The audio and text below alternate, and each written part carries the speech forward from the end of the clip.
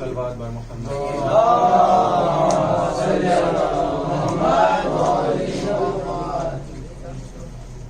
لفظوں کی بھیخ کر دے عطا یا علی مدد. لفظوں کی بھیخ کر دے عطا یا علی مدد.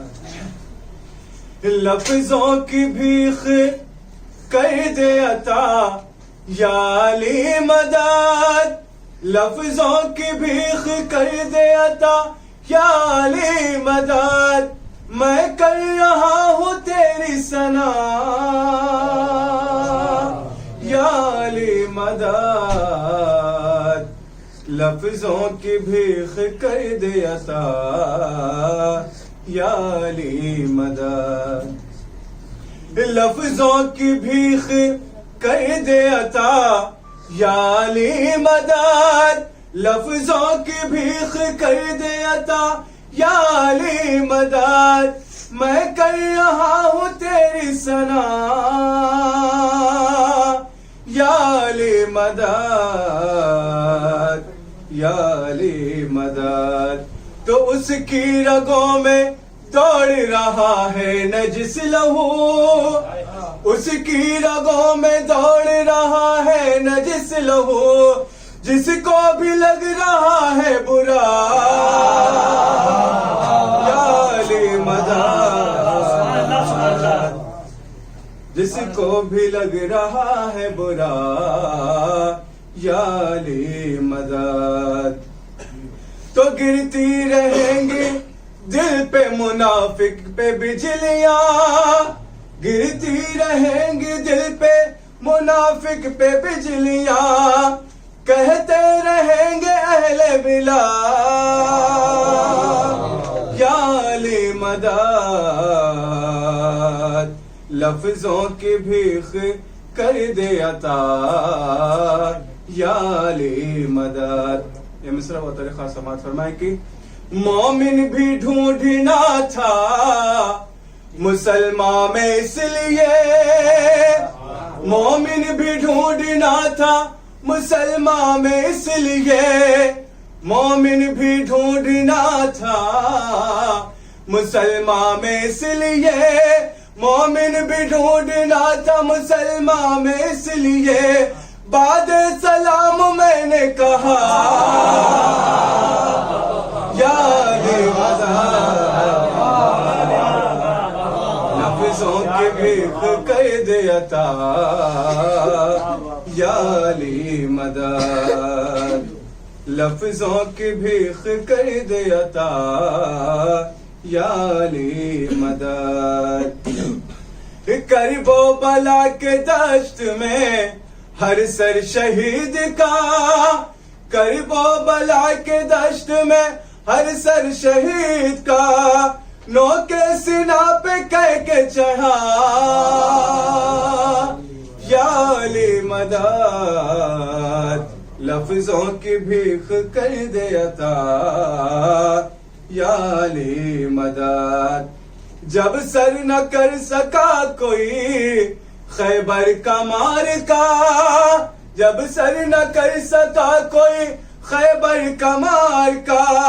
کہنے لگے رسول خدا یا علی مدد. لفظوں کی بھیخ کر دے عطا یا علی مدد. مولائیوں کے پاک علاقے سے حشر تک. مولائیوں کے پاک علاقے سے حشر تک اٹھتے رہے گی ایک صدا یا علی مدد. لفظوں کی بھیخ کر دے عطا یا علی مدد. صلی اللہ محمد و آل محمد.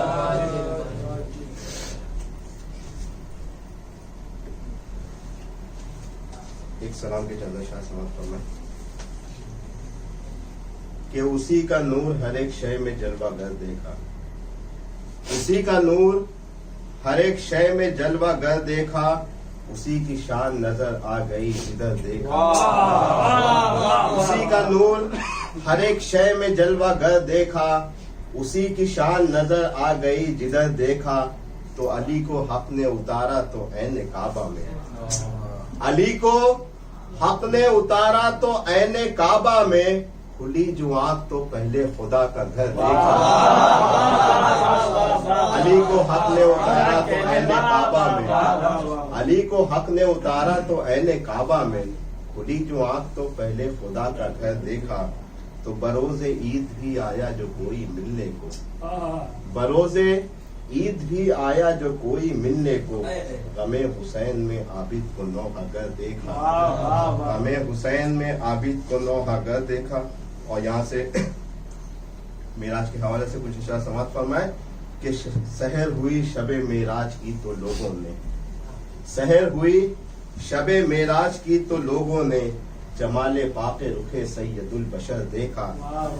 تو کیا یہ سب نے غلاموں سے کیجئے ارشاد، کیا یہ سب نے غلاموں سے کیجئے ارشاد، جو کچھ حضور نے یا شاہ بحر و بر دیکھا۔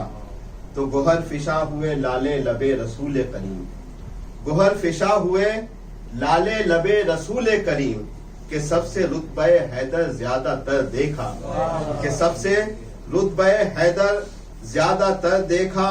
تو وراؤ کرسیو عرش عظیم لوح و قلم، وراؤ کرسیو عرش عظیم لوح و قلم، وسیع کا نور ہر ایک شے میں جلوہ گر دیکھا، وسیع کا نور ہر ایک شے میں جلوہ گر دیکھا۔ تو کہاں تلک کہوں نکلا جو ہاتھ پردے سے، کہاں تلک کہوں نکلا جو ہاتھ پردے سے، وہ صاف دست ید اللہ نام بر دیکھا۔ کہاں تلک کہوں نکلا جو ہاتھ پردے سے، وہ صاف دست ید اللہ نام بر دیکھا۔ تو ولی ولی کی صدا تھی جہاں جہاں پہنچا، ولی ولی کی صدا تھی جہاں جہاں پہنچا، علی علی نظر آئے جدھر جدھر دیکھا۔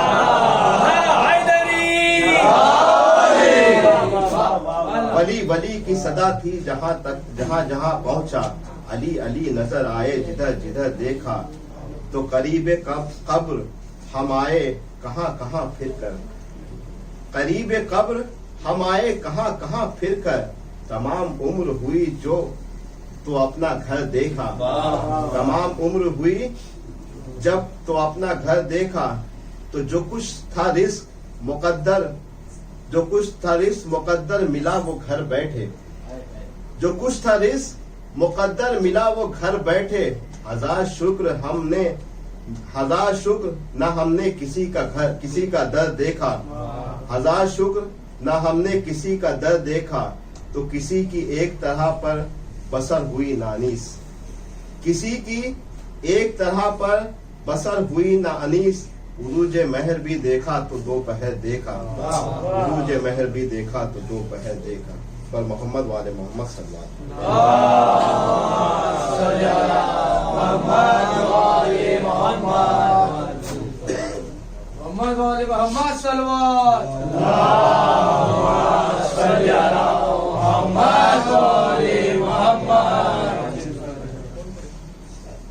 فاتحہ۔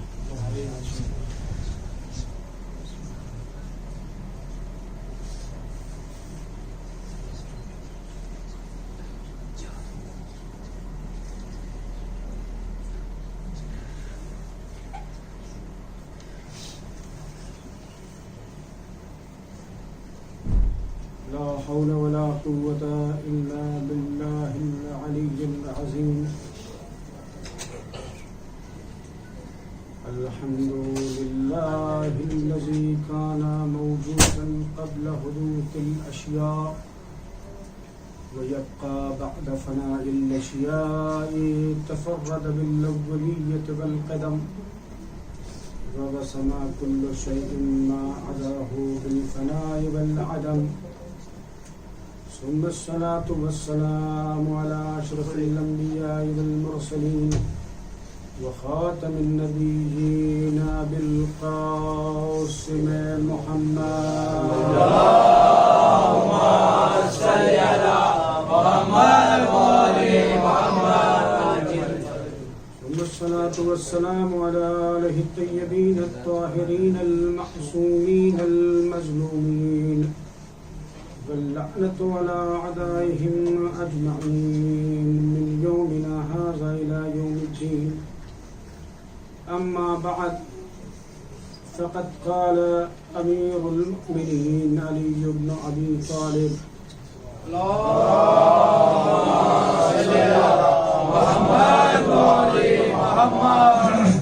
وطارق الإمام كلمة الله وحجة الله ووجه الله ونور الله وحجاب الله وآية الله ويختاره الله ويجعل فيه ما يشاء ويوجب له بذلك الطاعة والولاية على جميع خلقه، فهو وليه في سماواته وأرضه. صلوات. اللهم صل على محمد وآل محمد.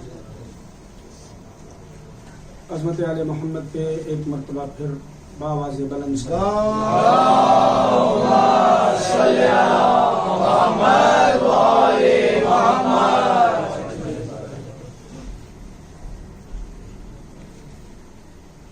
تاریخ اسلام کی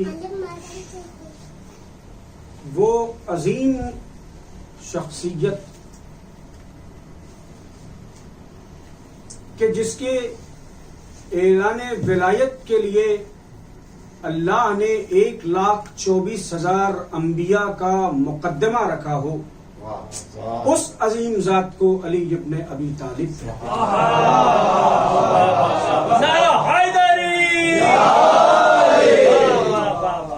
کہ جب وہ کوئی کلام کرتے ہیں تو وہ کلام ایسا ہوتا ہے کہ جس کو سمجھنے کے لیے انبیاء بھی قاصر ہو. وہ امام اگر کسی سے یہ کہتا ہوا نظر آ رہا ہو کہ امام کلمت اللہ ہے، یعنی اللہ کا کلمہ ہے، یقین جانیے کہ اس ایک لفظ پہ اگر بحث کی جائے تو شاید 50 دن کم پڑے مجھ جیسے حقیر کے لیے. بقیہ علماء کیا کرتے ہوں وہ ان کا عمل ہے. چل جائے کہ وہ امام تاریخ سے ارشاد فرماتے ہیں کہ امام کیا ہوتا ہے وہ سنو. امام کلمت اللہ ہے، اللہ کا کلمہ ہے، حجت اللہ ہے، اللہ کی حجت ہے، وجہ اللہ ہے، اللہ کا چہرہ ہے، نور اللہ ہے، اللہ کا نور ہے، حجاب اللہ ہے، اللہ کا حجاب ہے، آیت اللہ العظمیٰ.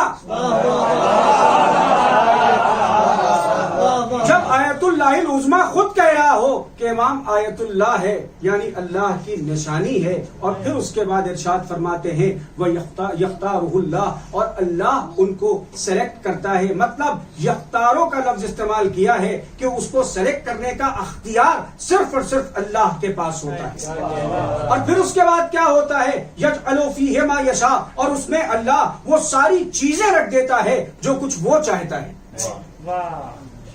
جب اللہ کسی کو چاہے تو آپ خود سمجھ لیجئے اس میں کیا کیا رکھ سکتا ہے. یوں ہی نہیں ملتا کہ نبی جب معراج پہ پہنچے تو پردے کے پیچھے کسی کا ہاتھ تھا. یہ اللہ کی قدرت میں ہے کہ جس کے اندر جو چاہے وہ رکھ دے.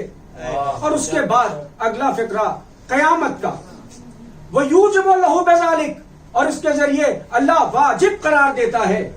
کیا واجب قرار دیتا ہے؟ الطاعت، اطاعت، والولایت، اور ولایت، علی جمیع خلقہ، اپنی تمام مخلوقات پہ، یعنی کائنات کا ذرہ ذرہ ولایت علی ابن ابی طالب کا اقرار کرتا ہوا نظر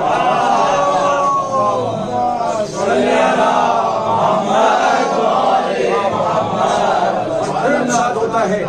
ہوا ولیہ فی سماواتہ و ارضہ، اور وہ اس کا ولی ہے اس کے آسمانوں میں اور اس کی زمین پہ، تو جب تک یہ آسمان و زمین اللہ کے ہیں تو ولی بھی اللہ کا ہی ہوگا.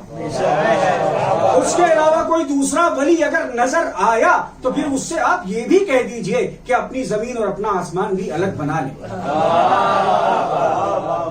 کل کا جو بیان تھا اس کا عنوان تھا کلمت اللہ.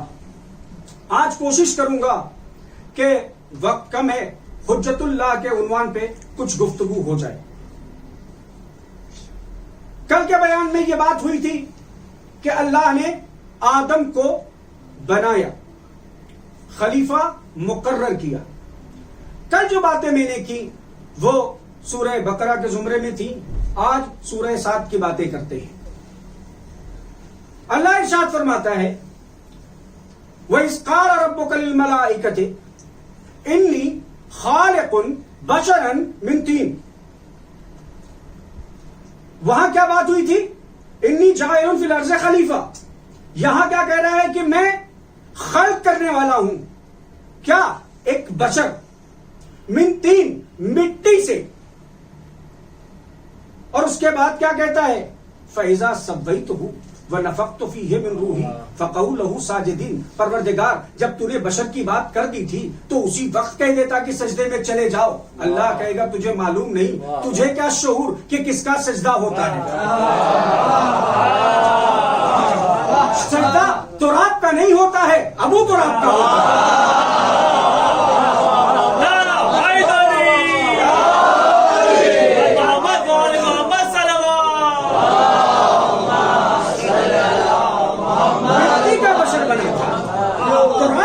بنا تھا تو آپ کا سجدہ کروا لیا ہوتا، تو آپ کا سجدہ نہیں ہو رہا ہے. کیا کہا؟ فَإِذَا سَوَّيْتُهُ، جب میں اسے بنا لوں. وَنَفَخْتُ فِيهِ مِنْ رُوحِي، کل میں بیان کر چکا ہوں کہ وہ روح کیا تھی. کل بات ہو چکی آپ لوگوں کے علم کے لیے کہ روح کیا تھی. قُلِ الرُّوحُ أَمْرُ رَبِّي، کہ اے نبی جب لوگ تم سے روح کے بارے میں سوال کریں تو ان سے کہہ دینا کہ روح ہمارے رب کا، میرے رب کا امر ہے. جب امام سے سوال ہوا، امام زمانہ عجل اللہ فرجہ الشریف،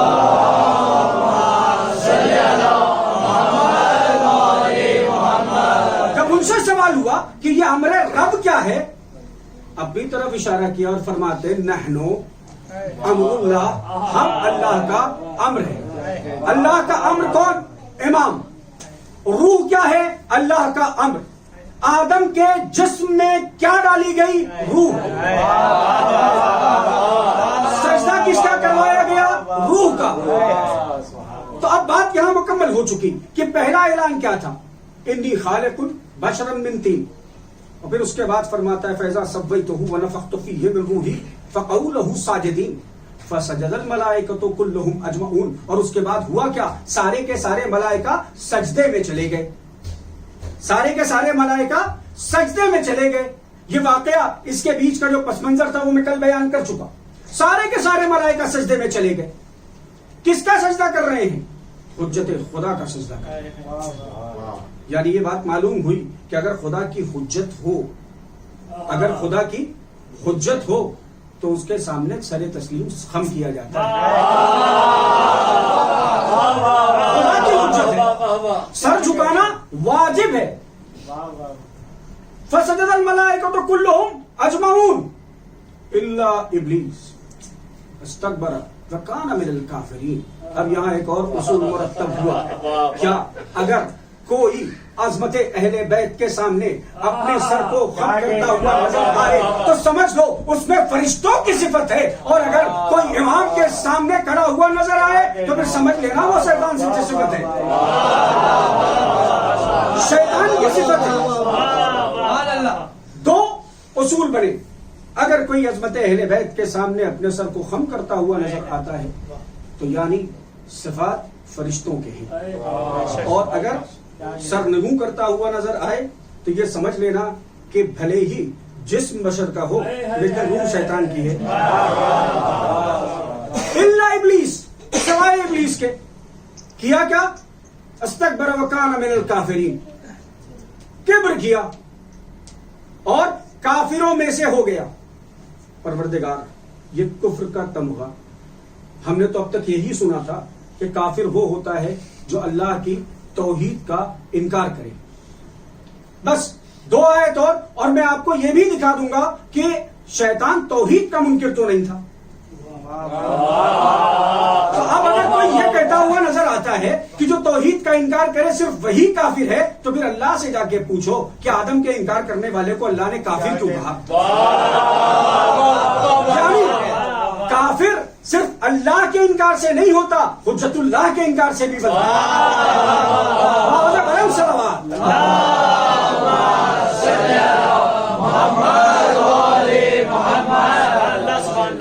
الا ابلیس استكبر وكان من الكافرين.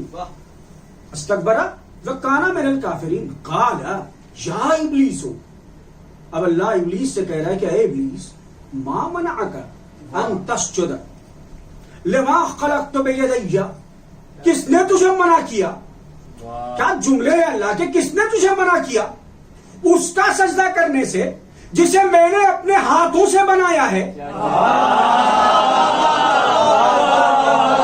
قرآن کی آیت، ترجمہ میں قرآن کی آیت کا کر رہا ہوں. کس نے تجھے منع کیا اس کا سجدہ کرنے سے جس کو میں نے اپنے ہاتھوں سے بنایا ہے؟ پروردگار تو ہاتھ رکھتا نہیں. عظمت علی محمد پہ صلوات.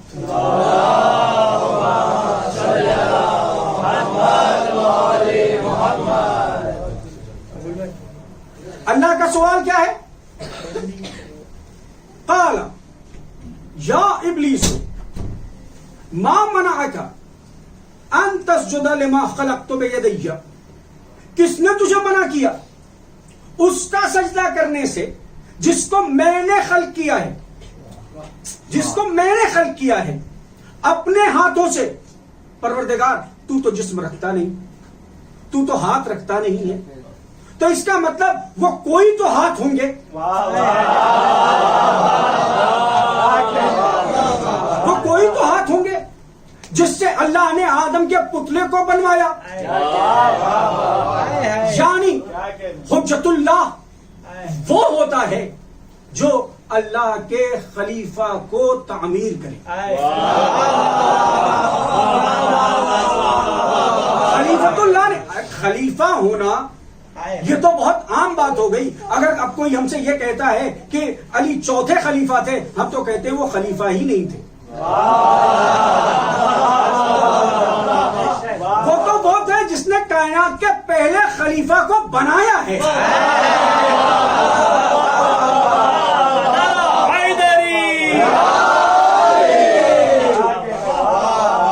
کائنات کے پہلے خلیفہ کو بنایا ہے، ہم اسے علی سمجھتے ہیں. ما منعک ان تسجد لما خلقت بیدی. اور اس کے بعد عجیب جملے ہیں. استکبرت ام کنت من العالین. تو نے تکبر کیا ہے یا خود کو بڑوں میں سے سمجھنے لگا ہے؟ تکبر کیا ہے یا خود کو؟ یعنی یہ بات تو اس وقت ہو رہی ہے کہ جب آدم کے جسم میں روح پھونکنے کی بات چل رہی ہو، اور اس وقت اگر اللہ یہ کہتا ہوا نظر آئے کہ تو بڑوں میں سے ہو گیا ہے، یعنی کچھ بڑے تھے جو وہاں موجود تھے، کچھ تو بڑے تھے جو وہاں موجود تھے، اور ان کے تصور کو اگر شیطان بھی اپنا لے تو اللہ کو برا لگتا ہے. جب شیطان نے اہل بیت کے اس وقار کو، اہل بیت کی اس عظمت کو سجدہ کرنے سے انکار کیا تو اللہ ناراض ہوا یا نہیں ہوا؟ یعنی اہل بیت کی عظمت کا سجدہ کرنے کے لیے دل پاک ہونا ضروری ہے. سجدوں کے انبار لگے ہوں کچھ کام نہیں آئے گا، سجدوں کے انبار لگے ہوں کچھ کام نہیں آئے گا. کام کیا آنے والا ہے؟ وہ عقیدہ. استکبرت ام کنت من العالین. تو نے کبر کیا ہے یا تو خود کو بڑوں میں سے سمجھنے لگا ہے؟ قال، اب شیطان کہتا ہے انا خیر منہ، میں اس سے بہتر ہوں. میں اس سے بنیاد کیا بتائی؟ خلقتنی من نار وخلقتہ من طین. کہ اللہ تو نے مجھے آگ سے پیدا کیا ہے اور اسے مٹی سے بنا رہا ہے تو میں تو اس سے بہتر ہوا. اور ظاہر سی بات ہے افضل کبھی مفضول کا سجدہ نہیں کرتے. شیطان نے کیا کیا ہے؟ شیطان نے خدا کی عدالت کو چیلنج کیا ہے. آپ بات معمولی سمجھ رہے ہیں, شیطان نے خدا کی عدالت کو چیلنج کر دیا کہ مجھے آگ سے بنایا, اسے مٹی سے بنایا, اب تو مجھ سے کہہ رہا ہے میں اس کا سجدہ کروں. اگر آگ اور مٹی کا کمپیریزن ہوتا, اگر آگ اور مٹی کا موازنہ ہوتا تو ظاہر سی بات ہے شیطان کی بات صحیح ہوتی, لیکن یہاں تو نور و نار کا تقابل تھا. جہاں نور و نار کا تقابل تھا, اللہ پہلے ہی کہہ چکا انی عالم ما لا تعلمون کہ میں وہ جانتا ہوں جو تم نہیں جانتے. تو شیطان نے کیا دیکھا؟ منظر. شیطان کو پس منظر نظر نہیں آیا, یعنی یہ طے ہو گیا کہ منظر کے بعد اگر پس منظر سمجھ میں نہ آئے تو انسان شیطان کی فہرست میں چلا جاتا ہے. منظر دیکھ کے پس منظر سمجھ میں نہ آئے تو انسان شیطان کی فہرست میں چلا جاتا ہے. ہوا کیا؟ انکار کر دیا. پھر اللہ نے اس سے کہا کہ فاخرج منا انک رجیم. اللہ نے فوراً کیا کہا کہ پھر تو یہاں سے نکل جا, اب تو کیا ہے؟ رجیم, راندے درگاہ, بھگایا ہوا. تو یہ بات تو طے ہو گئی کہ اب حجت خدا کی عظمت کو جس نے تسلیم نہیں کیا تو چاہے وہ خدا ہو چاہے رسول خدا, دونوں اپنی بزم سے بھگا دیتے ہیں. دیکھیے نا بابا سے بلند سلام.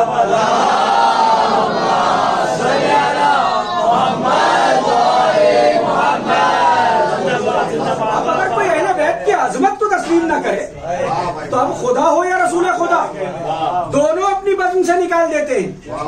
کیا کہا؟ فخرج منہا, نکل یہاں سے. تو کیا ہے؟ رجیم. اس کے بعد وَإِنَّ عَلَيْكَ لَعْنَتِي إِلَىٰ يَوْمِ الدِّينِ. صرف بھگایا نہیں, اس کے بعد اللہ کیا کہتا ہے کہ تجھ پہ میری لعنت ہوگی إِلَىٰ يَوْمِ الدِّينِ, قیامت تک. یعنی اب اگر کوئی حجت خدا کی تعظیم کا سجدہ نہ کرے تو پھر اس پہ قیامت تک لعنت بھیجی نعرہ حیدری, اور ابو بکر لعنت, اور عثمان لعنت, اور عائشہ لعنت, محمد و آل محمد صلوات.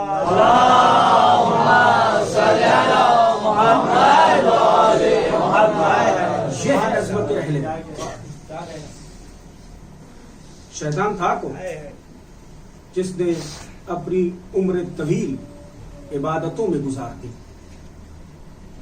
سجدوں کے انبار لگا دیے, اتنے سجدے کیے, اتنی عبادتیں کی کہ اللہ نے اسے فرشتوں کی صف میں کھڑا کر دیا.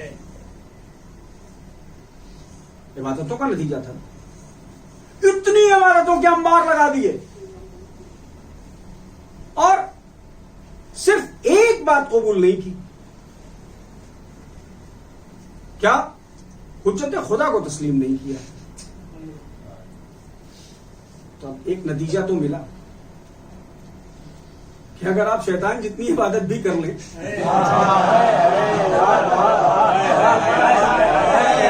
جملے بدل دیتا ہوں, اگر آپ شیطان جیسی عبادت بھی کر لیں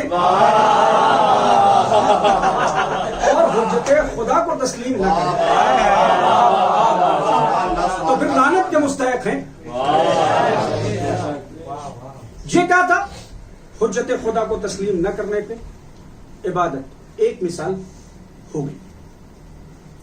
اب اس کے بعد حجت خدا اور آپ کی اپنی ذات, عبادت ہو چکی. اب حجت خدا اور آپ کی اپنی ذات, اس کا اپنا ایک الگ موازنہ ہے یا نہیں؟ بھائی طوفان نوح آیا, نوح کا بیٹا تو نوح کے ساتھ تھا, ہے نا؟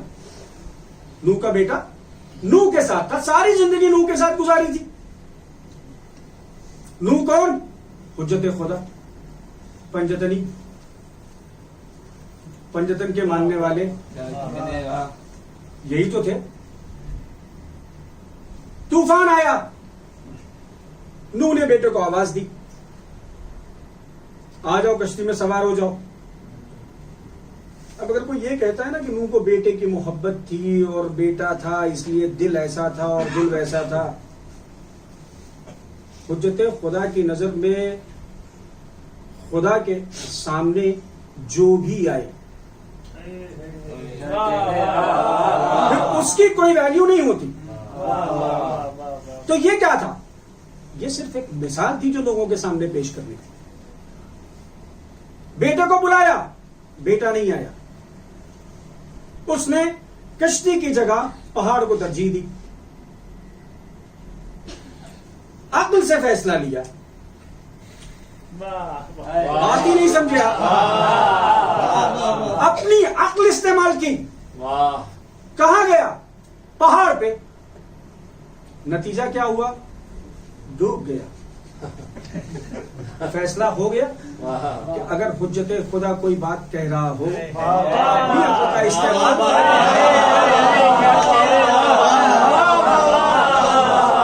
اب اگر حجت خدا کی باتوں کے سامنے کوئی اپنی عقل کا استعمال کرے گا تو اس کے نصیب میں ڈوبنا ہی لکھا ہے، بچ تو نہیں سکتا. آواز دی، آ جاؤ، نہیں سنا. وہ تو پانی تھا، ڈبانے کے لیے بھیجا گیا تھا، وہ اپنا کام کر رہا تھا. اب نوح نے اللہ سے فریاد کی، ونادى نوح نے ندا دی، فقال رب ان ابنی من اہلی، پروردگار، اے میرے پروردگار. نوح ندا دے رہے ہیں، نوح جیسا نبی جس نے 950 برس دین کی خدمت کی، 950 برس توحید کی تبلیغ کی، 950 سال کی محنت کے بعد نوح اللہ کی بارگاہ میں یہ فریاد کر رہے ہیں، پروردگار یہ میرا بیٹا میرے اہل میں سے ہے. 950 سال کی محنت اور اس کے بعد ایک فریاد. اللہ کیا کہتا ہے؟ قال یا نوح انہ لیس من اہلی، وہ تمہارے اہل میں سے نہیں ہے. یعنی یہ بھی طے ہو گیا. آپ اگر نوح جتنی محنت بھی کر لیں، سلوات بھیجیے حضرت آل محمد.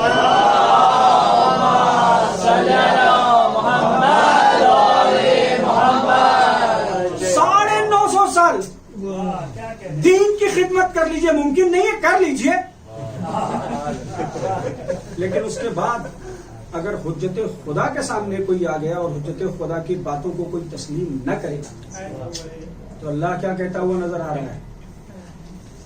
وہ تمہارے اہل میں سے نہیں ہے. بیٹے کی مثال ہوگی. اس کے بعد اسی قرآن میں اللہ ارشاد فرماتا ہے، وَضَرَبَ اللَّهُ مَثَلًا، اللہ مثال پیش کرتا ہے لِلَّذِينَ كَفَرُوا، جن لوگوں نے کفر اختیار کیا. کس کے لیے مثال پیش کر رہا ہے؟ ان لوگوں کے لیے جن لوگوں نے کفر اختیار کیا. وَضَرَبَ اللَّهُ مَثَلًا لِلَّذِينَ كَفَرُوا، کس کی مثال پیش کر رہا ہے پروردگار؟ امرأۃ نوح و امرأۃ لوط.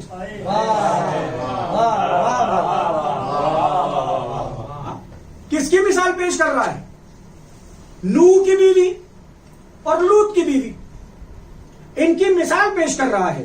میں نے آپ سے کہا نا کہ یہ بات ہے حجت خدا کی. اب یہاں سامنے کون آتا ہے؟ وہ عبادت گزار ہو یا رشتہ دار ہو،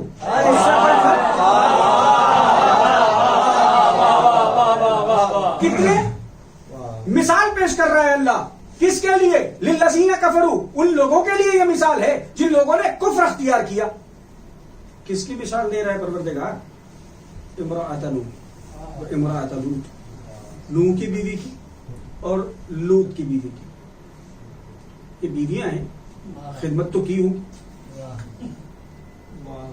نبی کے ساتھ ایک عمر بسر کی، نبی کے ساتھ مدتوں زندگی گزارنے کے باوجود چونکہ نبی حجت خدا تھا، اس لیے اللہ نے کہا ان دونوں نے خیانت کی ہے، پھر یہ دونوں جہنم میں داخل کی جائیں گی۔ بیٹا جا چکا، اب نمبر کس کا لگا ہے؟ بیوی کا۔ سبب کیا؟ حجت خدا کی باتوں کو تسلیم نہ کرنا۔ اب وہ نوح کی بیٹی ہو یا اونٹ پہ بیٹھنے والی اونٹنی ہو،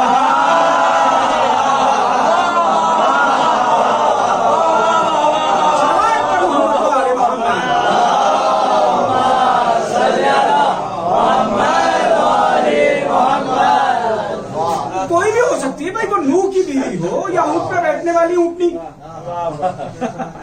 فرق تو نہیں ہے۔ اگر حجت خدا کے سامنے آئی تو نتیجہ قرآن نے دے دیا، ٹھکانہ کیا ہوگا؟ جہنم۔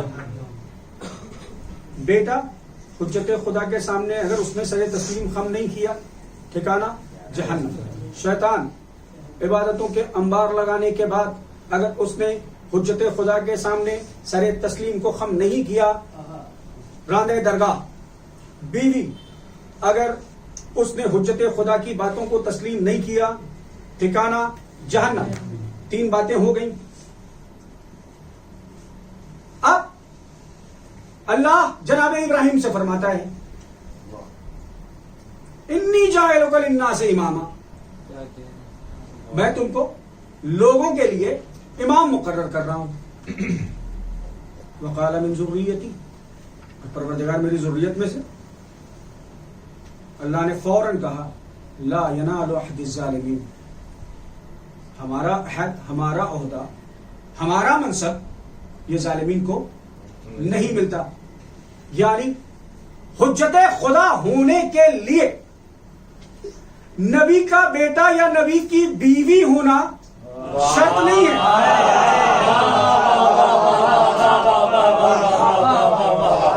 نبی کے ذریت میں آنے سے آپ حجت خدا نہیں۔ کتنے نادانتے وہ لوگ جنہوں نے نبی کے پہلو میں اپنی بیٹیوں کو بچا دیا خلیفہ بننے کے لیے۔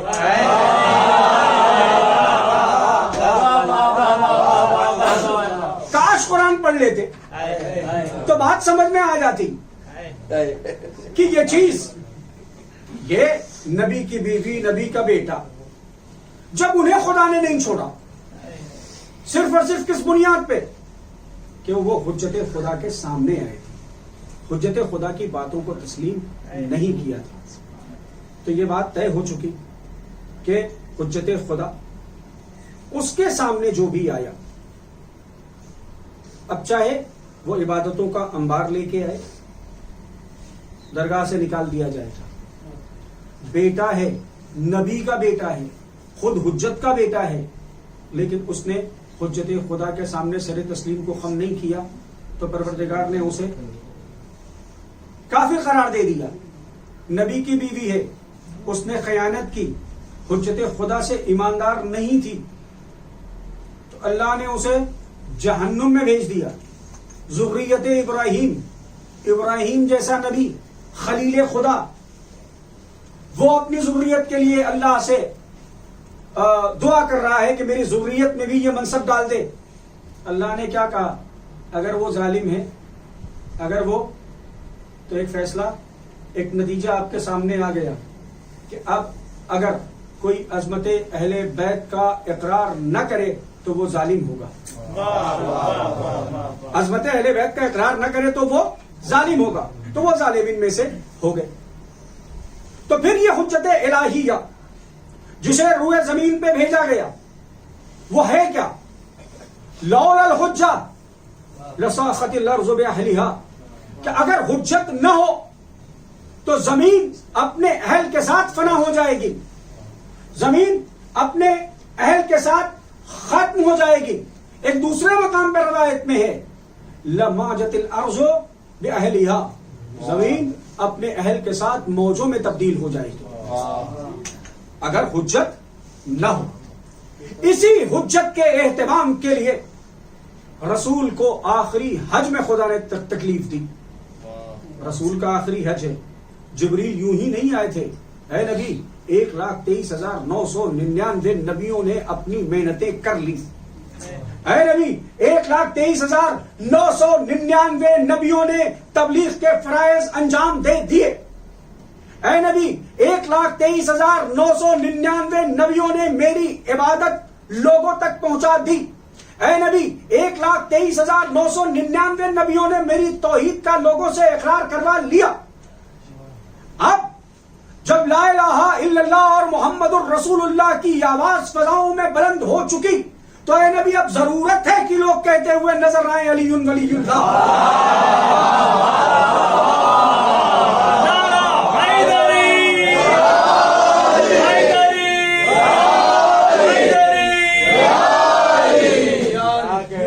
اب ضرورت ہے کہ لوگ کہتے ہوئے نظر آئیں. اور جبریل کے بھی تیور الگ تھے. یا ایھا الرسول بلغ، پہنچا دو. بلغ کہہ رہے ہیں یعنی تبلیغ کر دو.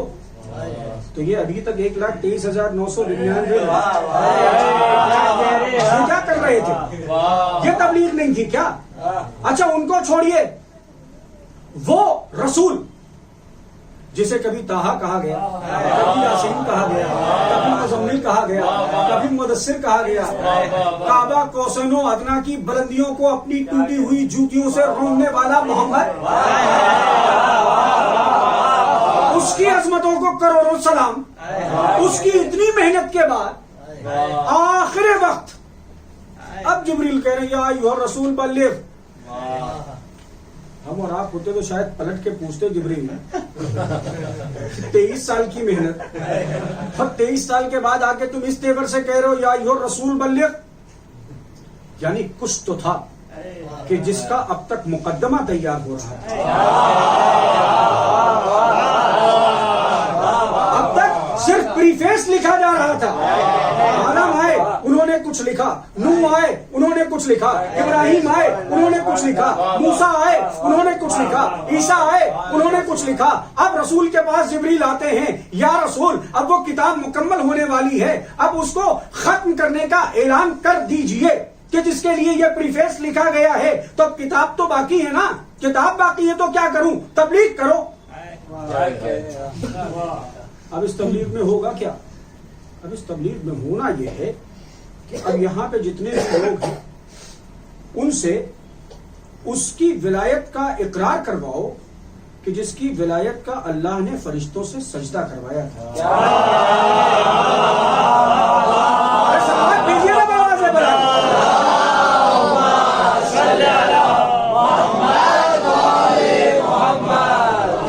اب ہونا کیا ہے؟ اس کی ولایت کا لوگوں سے اقرار کرواؤ کہ جس کی ولایت کا اللہ نے فرشتوں سے سجدہ کروایا تھا. مجھے غدیر نہیں پڑھنا ہے، صرف اشارہ کرنا ہے. رسول بھی منبر پہ گئے، جانے کے بعد خطبہ ارشاد کیا اور ساری باتیں ہوئی. اس کے بعد رسول نے یہ بھی کہا کہ من کنت مولا ہو فہذا علی مولا. علی کی ولایت کا اعلان ہو چکا. بات ختم ہو گئی. یا رسول اللہ اب تو آپ اعلان بھی کر چکے، اتنے لوگ آئے ہیں، اتنی دور دور سے لوگ آئے ہیں، اتنا مشکل سفر ہے. آج کا دور تو تھا نہیں کہ پلین یا کار سے چلے گئے ہوں. وہ زمانہ ہی الگ تھا کہ لوگ اونٹوں سے سفر کر رہے ہیں. نہ جانے کتنے لوگ پیدل بھی آئے ہوں گے. اتنی صعوبتیں، اتنی مشکلیں، اتنی تکلیفیں جھیلنے کے بعد حج مکمل کیا ہے. اب لوگوں کو اس بات کا اشتیاق ہے کہ اپنے اہل خانہ سے نہ جانے کتنی مدتوں سے دور ہیں. اب گھر جائیں گے، اپنے اہل و عیال سے ملاقات کریں گے. لوگ منتظر ہیں کہ حاجی آ رہے ہیں. عجب نہیں کہ رسول آواز دے کہ یہ تو عمل حج کر کے جا رہے ہیں، میں ان کو روح حج دے رہا ہوں.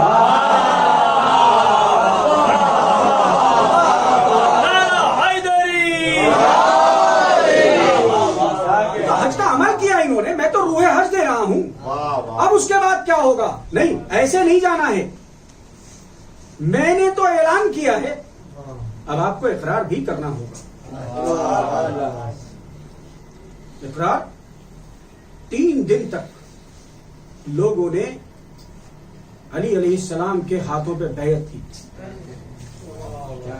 3 دن تک مجھے بیعت کی بات نہیں کرنی. یہاں بیعت سن کے اگر کوئی خوش ہوتا ہے تو میں سمجھتا ہوں کہ نادانی کر رہا ہے, کیونکہ جس کے قدموں پہ نبیوں نے بیعت کی ہے اس کے ہاتھوں پہ اگر مسلمان نے بیعت کر لی تو کون سا احسان ہے؟ بیعت نہیں, بات صرف اتنی سی ہے کہ تکلیفیں کتنی ہوئی, اندر سے بھی جلے یا نہیں.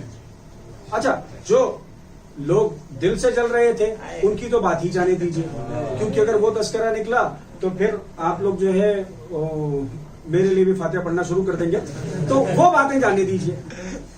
لیکن باہر کی تکلیفیں وہ تو نظر آ رہی ہیں. تکلیف تھی یا نہیں تھی؟ تپتا ہوا صحرا, بے آب و گیا, سورج اپنے شباب پہ, اور کیوں نہ شباب پہ ہو, آج اس کی ولایت کا اعلان ہو رہا تھا جو سورج کو روشنی عطا کرتا ہے. سورج کی تمازت اپنے شباب پہ, اور ایسے عالم میں اگر وہ لوگوں کو تکلیف دے رہا ہو جو رحمت للعالمین ہے, تو اب تو یہ سوال ہوتا ہے نا, یا رسول اللہ آپ عالمین کے لیے رحمت بن کے آئے ہیں اور آپ حاجیوں کو زحمت دے رہے ہیں. زحمت بھی کسے؟ حاجیوں کو, رجسٹرڈ حاجی. اس میں تو کوئی شک نہیں نا, رجسٹرڈ حاجی. اور ابھی حج ایسا ویسا حج نہیں کیا ہے, حج بھی کیا ہے رسول کے ساتھ. طواف, کعبے کا طواف کیا ہے جانے کعبہ کے ساتھ. علی بھی تو شامل تھے نا اس میں, اس حج میں علی بھی تو شامل تھے. کعبے کا طواف کیا ہے جانے کعبہ کے ساتھ, کعبے کا طواف کیا ہے روح کعبہ کے ساتھ. اتنی عظمت, ایسے حاجی, اور آپ رحمت للعالمین. آپ جیسا رحمت للعالمین اتنے بڑے عابدوں کو, اتنے بڑے حاجیوں کو, اتنے بڑے عبادت گزاروں کو تکلیف دے رہا ہے. رسول کہیں گے جو میں جانتا ہوں وہ تم نہیں جانتے. اللہ نے یہی تو کہا تھا نا, انی عالم ما لا تعلمون. تو یہ بھی تو مظہر صفات کبریا ہیں, یہ بھی تو کہیں گے جو میں جانتا ہوں وہ تم نہیں جانتے. تو تکلیف کیوں دی؟ صرف اس بات کو ثابت کرنے کے لیے کہ اگر بات حجت خدا کی آئے تو پھر اس بات سے بھی گریز نہ کرنا کہ لوگوں کو تکلیف ہو رہی ہے یا آرام مل رہا ہے. تکلیف ہو رہی ہے, ہوا کرے.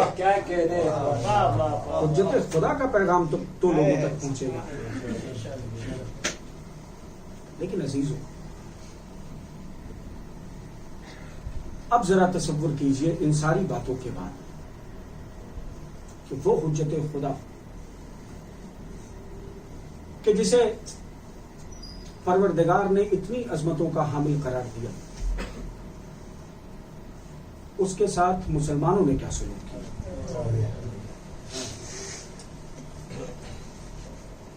عزیزو, ایک روایت ملتی ہے کہ جب یہ قافلہ مدینے سے کربلا کی طرف روانہ ہوا تو امام حسین سے لوگوں نے پوچھا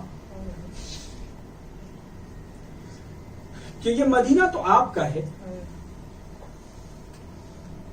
یہ اسلام آپ کا ہے, آپ مدینہ چھوڑ کے کیوں جا رہے ہیں؟ جانتے ہیں عزیزو, امام حسین کی زندگی میں جو واقعات ملتے ہیں وہ ایسے ملتے ہیں کہ امام بہت غیور تھے. امام بہت زیادہ سب کی صفات ہے, سارے امام غیرت مند ہوتے ہیں, لیکن امام حسین کے لیے ملتا ہے کہ بہت زیادہ غیرت مند تھے. کہ یہاں تک ملتا ہے کہ ایک شخص امام کے پاس کچھ اپنی حاجتیں لے کے آیا. جب وہ بات کہہ چکا تو امام حسین کے صحابی نے اسے سخت لہجے میں کہا کہ تمہیں شرم نہیں آتی کہ تم امام سے اس طرح کے سوال کر رہے ہو؟ امام نے فوراً اسے ڈانٹ دیا. امام کہتے ہیں کہ تمہیں معلوم ہے کہ جب کوئی کسی کے سامنے ہاتھ پھیلاتا ہے تو وہ ہاتھ نہیں پھیلاتا, اپنی غیرت کو اس کے سامنے رکھتا. ذرا تصور کیجیے کہ کربلا کا میدان, جان رسول, ہاتھوں میں 6 ماہ کا بچہ, امام نے کس غیرت کے ساتھ اس سے پانی مانگا ہوگا. یہ غیرت مند خاندان ہے. اور پانی کے بدلے میں کیا ملا؟ ایک 3 پھل کا تین. یہ واقعہ ملتا ہے کہ جب قافلہ کربلا سے روانہ ہوا ہے, کوفے اور شام کی راہوں میں, تو ایک مقام پہ جناب سکینہ نے لوگوں سے فریاد دی کہ کوئی ہے جو مجھے پانی دے دے. ایک عورت کو رحم آیا, وہ پانی لے کے سکینہ کی طرف بڑھی.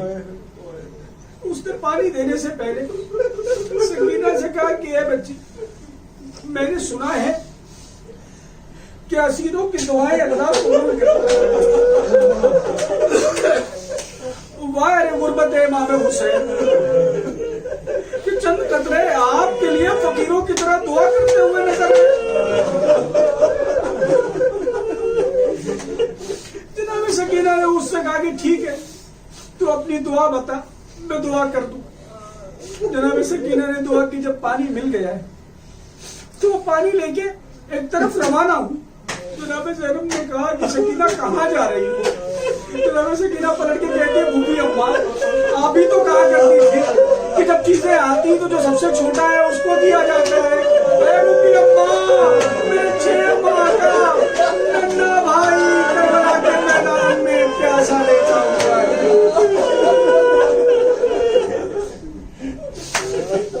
سيعلم الذين ظلموا أي منقلب ينقلبون. ماتم حسین. یا حسین.